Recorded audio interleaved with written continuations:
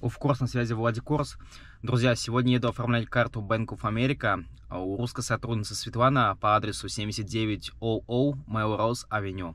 Сегодня покажу вам, как вообще происходит оформление карты Bank of America. Возможно, получите кредитную карту оформить. Покажу, с какими тонкостями придется столкнуться и вообще в целом, какие документы для этого нужны. Выезжаем, у меня вот такие вот тут ворота, личная парковка. Открывается, кстати, с пульта. Вот. Ехать показывает ровно 7 минут. Не так далеко. Кстати, ребят, пока я карту еще не начал оформлять, напишите в комментариях, как вы думаете вообще, сколько нужно документов, какие нужны документы для оформления американской карты. Вот именно в данном периоде времени, сейчас на 24 год, на 30 апреля.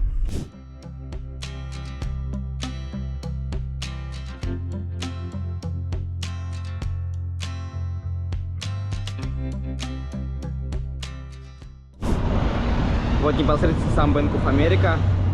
Адрес, еще раз уточняю, 7900 Melrose Avenue. Что ты лысый? Флаки-флаки или нормалдаки? Нахуй. Я надеюсь, ничего из документов сильно не потребуется. Приехал я к этому адресу достаточно быстро. Наверное, где-то ехал минут 10 или даже чуть меньше. Были еще пробки. 2 мили получается. Тут вообще в Америке, да, измеряется милями. Кто не в курсе, 1 миля 1,5 километра. Вот. Градусы Фаренгейтов, килограммы в футах, литры в галлонах и так далее. Все, в общем, по-другому. Все не как у нас. Вот. Взял папочку. Сейчас иду в Bank of America. Будем смотреть, какие документы нужны. Входим. Вот такие вот банкоматы. Именитый банк, в общем, да. Надеюсь, кстати, по поводу моей банданы ничего не скажет. Потому что у меня кто-то, кстати, говорит, группировки банданы. Типа есть красная бандана, есть черная бандана, в общем, зеленая. Вот, тут типа группировки эти бандитские. А вообще, особенно в Лос-Анджелесе я нахожусь, поэтому надеюсь, не отнесут к ним своим, короче. Поняли? Этим бандитам. Располагается у них здесь по 4 кабинки, получается. Есть огромная плазма. Там, я так понимаю, какой-то офис отдельный, скорее всего. Я так думаю. Здесь зал ожидания. Очередь вроде небольшая, но вот у меня была запись на 12:30. Сейчас время 31 минута. Пока что вот жду еще. В общем, странная ситуация. Сейчас мне говорят, что у меня уже нет записи, хотя у меня была запись на сегодня на 12:30 дня. На вторник. А мне говорят, что у меня записи нет. Удивительно, конечно. В общем, нашел свою встречу, которая у меня была запланирована вот на сегодня, прям указано 30 апреля, 12:30 p.m. Melrose Avenue 7900. Почему-то не хотят принимать. Вот понять не могу, почему. Сейчас будем выяснять.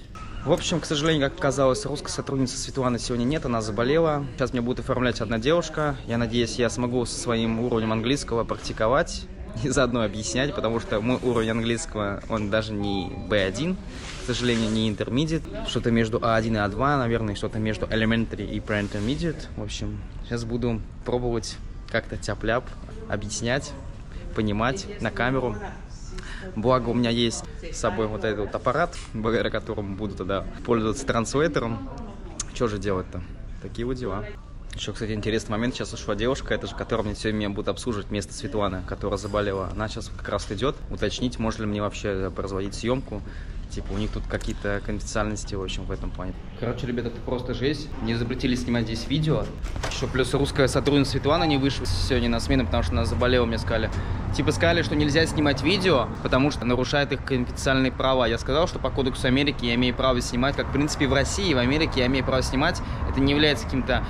Да, банк, коммерческое учреждение, но я имею право снимать. Они, короче, меня даже запретили снимать, самого себя.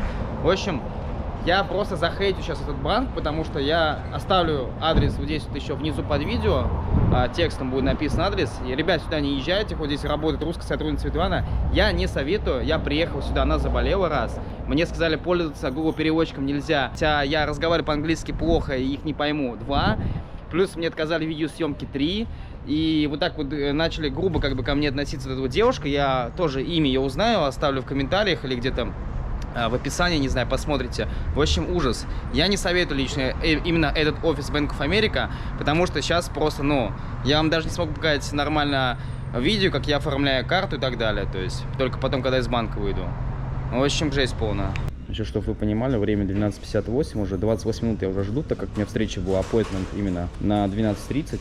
время 12:58, никого нет, никто мне помочь не может до сих пор. Сказали 1 second, wait, please. В итоге, короче, толку нет. В общем, друзья, это полный день. Сейчас сижу, общаюсь с девушкой, зовут ее Эвелин. Буду писать жалобу на ту сотрудницу, которая мне нахамила и сказала, что через Google Translator я не должен общаться, что я не имею права снимать, даже себя, типа, не имею права снимать. А эта девушка мне сказала, что и уже другую информацию, что я имею право использовать Google Translator, вот, соответственно, на телефоне, да, то, что мне предоставят русского переводчика. Я по-любому напишу сюда жалобу и еще укажу ролик, обязательно в этом ролике. Прямо оставлю прямо адрес, прямо ссылку и скажу, чтобы сюда не ходили. Потому что начало ролика было хорошее, но я не думал, что выяснится такая ситуация, то, что мне, во-первых, сотрудница заболела, но это как бы ладно, это человеческий фактор, но то, что мне отказали снимать и то, что мне отказали через Google Translator пользоваться во время общения, типа все должны знать идеально английский, все должны идеально общаться. Ну, они просто, мне кажется, либо по столу постучать, либо что, я не знаю. У меня спросили сейчас информацию, касающуюся моего имени, моей электронной почты и адреса, где я живу, я написал на бумаге. Сейчас спросили, спросили ID, это, например, если у вас есть загранпаспорт, выдают загранпаспорт, ID в основном это считается, то, соответственно, после этого меня попросили какой-то идентификационный документ, чтобы я просто подтвердил, что именно паспорт ко мне относится, так скажем, не просто, то есть нужно еще какой-то документ. Я им дал просто карточку с банка Chase, которую оформил недавно тоже. Если у вас не будет никакой карты, Bank of America будет ваш первый банк, вы можете любую другую карту показать, Альба банка, не знаю, с Мексики, или там любую другую зарубежную карту, где будет на английском языке ваши инициалы указаны. Или, например, билл-счет, где вы проживаете, или договор аренды, это подойдет. Либо даже форма I-94 или там I-220. Мне тут девушка Эвелина сказала, лучше бандану не носить. Потому что я его спросил, тут есть реально группировки, красные, желтые, синие, там, голубые, там, не знаю, фиолетовые и так далее. Я снял, чтобы сделать фото, и сейчас ввел пин-код для карты свой, соответственно, для того, чтобы оформить. Сейчас, наверное, еще отвечу на несколько вопросов и все. Еще оформляю себе кредитную карту, помимо дебетовой. Дебетовую должны доставить в течение 7 дней, как вы сказали, а кредитную сейчас вот ознакомливаюсь с условиями, которые соотносятся по этой карте. Там годовая процентная ставка указана, то, что я должен $1000 минимум потратить по этой карте за период 90 дней, чтобы ее как бы юзать, так скажем, чтобы она была активной и так далее. Здесь в Америке не как в России, здесь нет такого, что ты кредитную карту взял, можешь ей не пользоваться и все окей. Здесь надо именно использовать кредитную карту, потому что в Америке очень сильно развита кредитная система. Процесс оформления, там вот мой паспорт лежит. Меня сотрудница попросила не снимать, потому что это нельзя, поэтому вот как есть, снимаю просто стол. Соответственно, сейчас ввели пароль для моей дебетовой карты, приложение Bank of America. Сейчас я скачиваю приложение. Соответственно, вот я уже его скачал, захожу. Сейчас будем инициировать мои данные все, вводить. Miss, be already, I want to say, my virtual card, be ready today or no? So, Virtual once, yes, you should be, you should be able to see the virtual debit card in the meantime. That way you can make purchases online. Sometimes it allows you to download the digital debit card, which is through Apple Pay or Google Pay. Most of the time it does. It has happened. В общем, все, оформил я себе виртуальную карту Bank of America. Вот так вот она выглядит. Сейчас покажу. Пока что только виртуальную. Вот, все по красоте. Теперь есть и Chase, и Bank of еще. Вот, пока что только виртуальная. Сделали мне и на Apple Watch ее тоже. Вот, теперь она здесь есть. Сказали то, что ждать примерно на следующей неделе физическая карта. То есть она должна прийти примерно в среду, maybe, может быть, четверг. Оформлен мне также договор. Вот, соответственно, сам по себе договор как выглядит. Тот адрес, который указан. Видали визитку для жалобы, если что, потому что та сотрудница меня нагрубила. Сказала, что я без Google Translate только имею право общаться. Соответственно, вот сам договор, как он выглядит. Там указаны все счета, соответственно, и так далее. Что могу сказать? На самом деле, по поводу оформления карты, процесс очень достаточно легкий, нетрудоемкий, быстрый. Я общался без переводчика русскоязычного по телефону. Пытался своими силами, а также через Google Translate, так как у меня 2 айфона, еще есть 10-ка, вот, и 15-ка, поэтому общался через них. Одна сотрудница мне нагрубила, не знаю, как ее имя, но Эвелин, вот, которая со мной работала, она мне оставила визитку и сказала, что записала меня на встречу на следующую неделю, в понедельник на 10 утра. Она, на самом деле, мне хорошо помогла и подсказала, как эту карту вообще оформить. Мы давали с ней в Apple Pay, в Apple Watch Pay, добавили эту карту, все окей. Я придумал пароль и логин. По документам меня спросили только паспорт и банковскую карту Чейза. Но если у вас Чейз не будет, соответственно, потому что я сначала Чейз оформлял, и видео я не снимал пока для вас на ютубе, поэтому, если что, покажешь любую карту, которая не российского главного банка, желательно, потому что российскую не покатить. Им надо именно, где будет написано, ну, именно, чтобы она была как бы не российская. Мне кажется, российская не покатит, потому что я пробовал, какую-то одну карту показывал, не.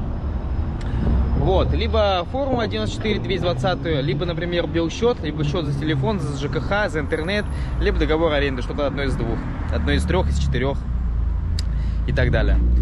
Ладно, ребят, в общем, это было все про оформление карты Bank of America, с чем я столкнулся, вообще, какие сотрудники. Если что, еще раз адрес упомяну. Это 7900 Melrose Avenue. Вот, также можно адрес увидеть на этой визитке. Он здесь указан. Вот. С вами был Of Course, на связи Владик Корс. Всех обнял. Не забывайте подписываться на канал, опять же, ставить лайки, прожимать кнопку колокольчик, чтобы не пропустить новые выпуски, писать комментарии. А также подписываться на мой телеграм-канал. Кстати, очень важная информация по поводу телеграм-канала. Там я помимо публикации, то, что вообще как моя жизнь проходит в Америке, вообще рассказываю какие-то интересные плюшки, ништяки, которые на ютубе, в шортсах и в основных роликах не выходят. Там я скоро буду создавать свой отдельный, скорее всего, чат в Телеграме. Хотел сначала в Инстаграме, потом решил, что в Телеграме сделаю. Ребята, я буду заниматься отправкой товаров в США в Россию, транспортировкой. Кому интересно получать товары из США в Россию, добавляйтесь в мой Телеграм, ссылочка опять же в описании. Будем с вами как-то коммуницировать и буду вам доставлять товары из США в Россию. Вся подробная информация в моем Телеграм-канале. Еще раз всех обнял, на связи. Бай-бай.